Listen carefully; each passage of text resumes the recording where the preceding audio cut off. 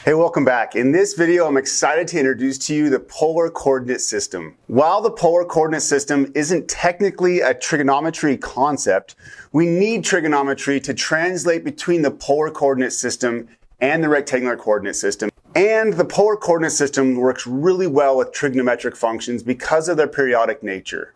Fundamentally, the polar coordinate system is an alternative to the rectangular or Cartesian coordinate system that we are all very familiar with. Instead of starting with an origin point and thinking about horizontal and vertical distance along a two-dimensional plane, to describe a point in the plane, we're going to use angles and distance from the origin. The job of the rectangular coordinate system and the polar coordinate system is the same, to describe a specific location for a point on a two-dimensional plane. We do this in both cases by starting with the point of origin and then describing another point in the plane. Let's just say it's right here. In the rectangular coordinate system that you know well, what we have are two axes or two bases here. We have a horizontal and a vertical. And what we do then to describe this point is describe a location along the x-axis and the y-axis that pinpoints the location of that point.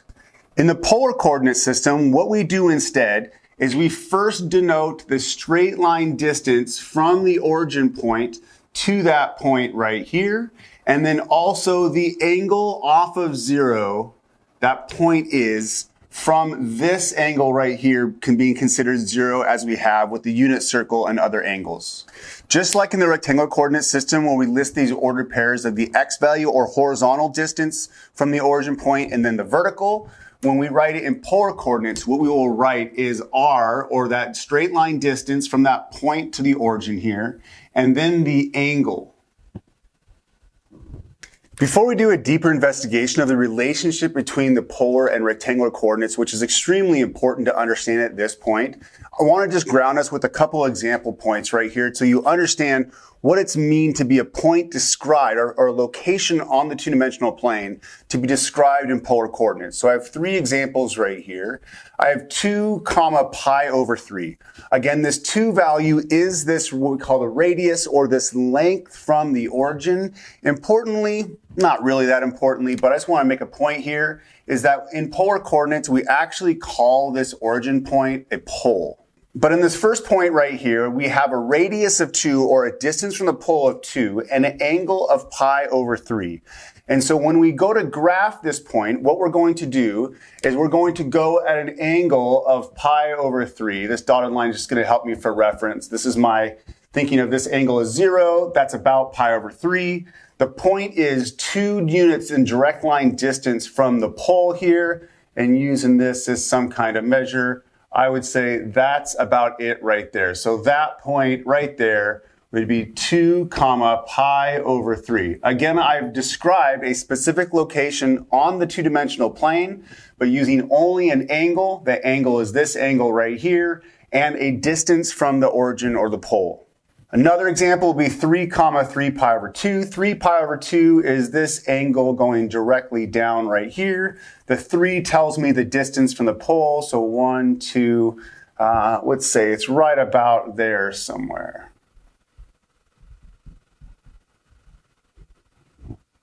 This last example here describes an important property of polar coordinates.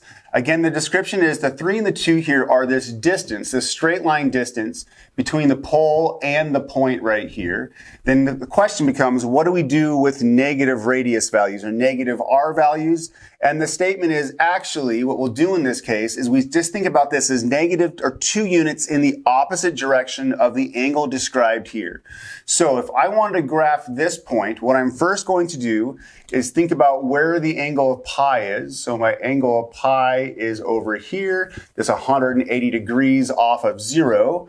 But instead of going 2 units this way, I go 2 units backwards. In other words, so since I'm facing this direction, 2 units would put me right here. So this point right here is negative 2 comma pi. Another way to describe what we just applied is an important property that you want to make note of, is that if we have a negative radius value or negative r value, The way that we think about this is as if we had a positive R value, but our theta value was 180 degrees different. So instead of being here at 180 degrees, I would think about being at 360 degrees. That's what it means to go backwards. And the way to write that would be we have theta plus pi.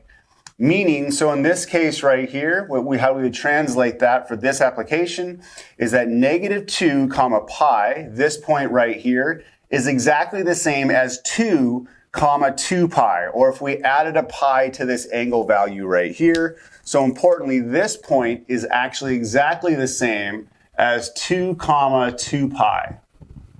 This fact right here won't be the most important formula that you see in this description of polar coordinates, but it's really important to understand the role of these negative R values. We can have negative R values. They mean instead of going in the direction of the angle, you go to 180 degrees in the opposite direction, or pi radians in the opposite direction. Especially at the beginning, it will be really important to describe some relationships between an angle described in rectangular coordinates, x comma y, or these polar coordinates right here. And it's actually fairly simple to describe the relationship between the two by drawing the right triangle that is formed with this point and the axis right here. So we have a right triangle, we come straight down. We know by definition of this point right here that this is a height of y and this is a distance of x right here. And the question is, can we describe the relationship between x and y and r and theta? Well, fundamentally, we first can use sine and cosine and this angle to describe these ratios right here. So first of all, if we have the cosine of theta would equal x divided by r, because this is the adjacent and this is the hypotenuse, so x over r. And we have the sine would be the opposite over r, so the sine of the theta value is y over r. Multiplying r to both sides here would give me that x equals r times the cosine of theta. And in this case right here, I get that y equals r times the sine of theta. This right here is a fundamental relationship between rectangular and polar coordinates. Soon we'll do examples of translating between these two coordinate systems, and you'll see the importance of this right here. There are a couple other relationships that we can see from this picture, again, relating between the rectangular and the polar coordinate system. If we think about the Pythagorean theorem, we know that this side squared plus this leg squared equals the hypotenuse squared. So we also know that x squared plus y squared equals r squared. And while there are many, many other relationships that we could describe between these two coordinate systems, the only other one that I will emphasize right now is that if we had the tangent of theta, it would be y divided by x, opposite over adjacent here. So the tangent of theta equals y over x. And again, what these relationships will be useful for is in the work of translating between polar coordinates and rectangular coordinates. So again, these equations describe the relationship between polar coordinates and rectangular coordinates. For example, a couple of these points that I've described in polar coordinates right here, this 3 comma 3 pi over 2 and negative 2 pi, which we translated knowing that relationship for negative r values as 2 comma 2 pi. I can describe these in rectangular coordinates. In this one right here, I know that this is the point that has a y value of 3 on the y-axis. In rectangular coordinates, this would be 0 comma negative 3. And this point right here, described in polar coordinates as either one of these ordered pairs right here at negative 2 comma pi or 2 comma 2 pi, this point in rectangular coordinates would be the point 2 comma 0. Though if they weren't so straightforward, how would I translate between them? Or how would I know the XY location given the polar coordinates of a point? Well, I would use these relationships right here, which give me a value of X and a value of Y in terms of that R value and the theta value. So for instance, right here, if I was taking this point 3 comma 3 pi over 2, and let's just act like I didn't know that this was the rectangular coordinate form of it. What I would do is use these relationships. So I have that the x value is the r value, which is 3, times the cosine of 3 pi over 2. In this case right here, the cosine of 3 pi over 2 is 0. So this is 3 times 0, which gives me an x value of 0. Then to find my y value, I would get 3 times the sine of 3 pi over 2. The sine of 3 pi over 2 is a negative 1. Negative 1 times 3 gives me a negative 3. So all I'm showing here is what I've realized up here just by doing a graphical analysis, that this point in polar coordinates of 3 comma 3 pi over 2 is the same as 0, negative 3, or an x value of 0 and a y value of negative 3. And before we move to a quick conversation of equations and graphical representations in polar coordinates, I just want to do an example of converting from rectangular to polar, which is a little bit more difficult than the example I just showed in using these to go from polar to rectangular. And I want to illuminate a really important point about the tangent, or specifically the tangent inverse that we're going to use to write the polar coordinates. And to remind us, what we're looking to do is, given this horizontal and vertical position of this point in the plane, we're going to describe it as a radius or distance from the origin and an angle value. First, what I'm going to do is find r with this equation right here. So what I know is that x squared plus y squared equals r squared, or 3 squared plus 4 squared equals r squared. This is 9 plus 16, so I get that 25 equals r squared. Take the square root to get that plus or minus 5 equals r. Importantly here, as we just described, you can always translate between positive and negative radius values. I'm going to keep this as a positive 5. So again, what I know now as a polar coordinate, that I have a 5 right here, I now need to identify this angle. And this is where this can be a little bit tricky. It won't be in this case, but you'll see in future examples. First of all, what I'm going to do is use this relationship right there. I could actually use one of these since I have found my theta, but I just want to talk about using the tangent here. What I know is that the tangent of this angle I'm looking for equals the y divided by the x. And in this case, the y is 4 and the x is 3.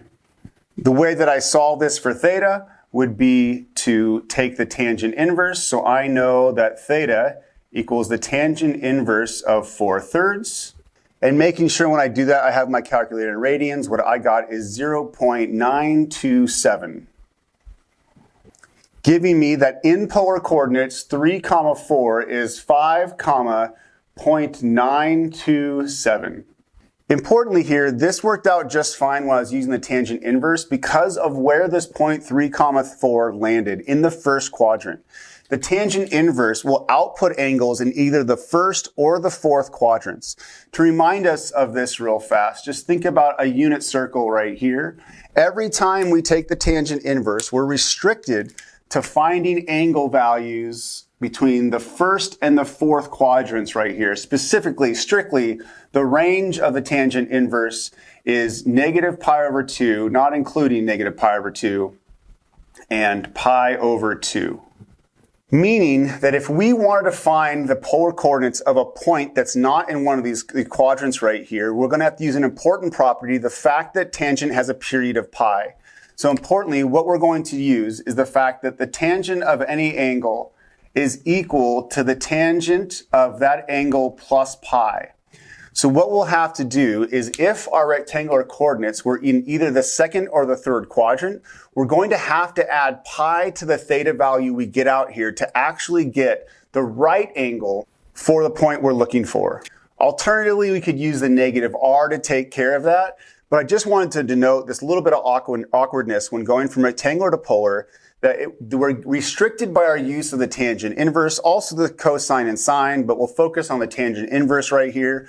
We always need to think about, well, what quadrant did our rectangular point land in? And if it wasn't the first or the fourth quadrant, we'll have to do manipulation by adding pi to the angle to end up in the correct quadrant. And a couple last thoughts before we just get into it and do some examples. We have these relationships that are fundamental that we really need to have locked down to translate between polar and rectangular. We also know this relationship right here of how to deal with negative angles.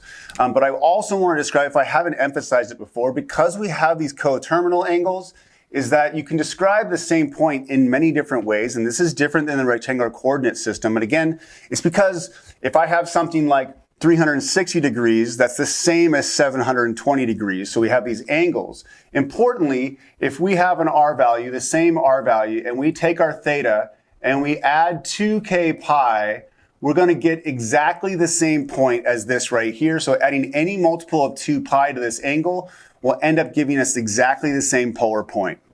At this point, part of you might be thinking, well, why do we even have this coordinate system? And there's a lot of reasons for that. But one of the most important reasons is that in polar coordinates, things that weren't functions in the rectangular coordinate system can be functions in the polar coordinate system, specifically circular shapes. But just to motivate that, and again, we'll talk more about this later, but I just want to show you a couple quick examples of very simple rectangular and polar graphs. First of all, we have just the most basic example right here. In a rectangular coordinate system, we have y equals x. We have this straight line right here where every x value and y value are exactly the same, which creates this perfectly straight line with a slope of 1.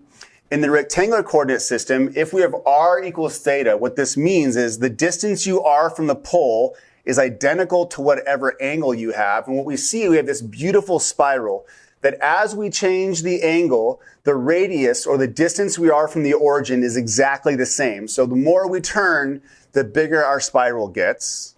And then maybe more simply, what a constant function looks like.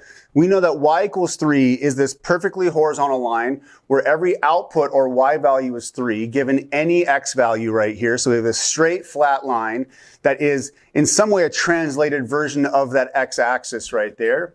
When we set r equal to 3, these are all of the points that have a radius value of 3. And as you might expect, what we get is this perfect circle. So importantly, the most simple function is a linear equation in rectangular form. Actually, the most simple equation in polar form is a circle. And to build on that, while a circle is the most basic or the constant function in terms of polar coordinates, if we want to represent that same geometric figure in rectangular coordinate systems, we would have this right here where x squared plus y squared equals 9. This creates exactly the same graphical shape. Importantly though, this in terms of y in terms of x is not a function, but this is the most basic of functions in polar coordinates. So that's the start to the conversation. I just want to emphasize this can be very confusing at first, but ground yourself in these relationships between x, y, and r and theta. Then make sure you spend a little bit of time reading through your textbook or watching examples that describe these graphical relationships. The polar graphs end up being really, really cool and really important for later contexts.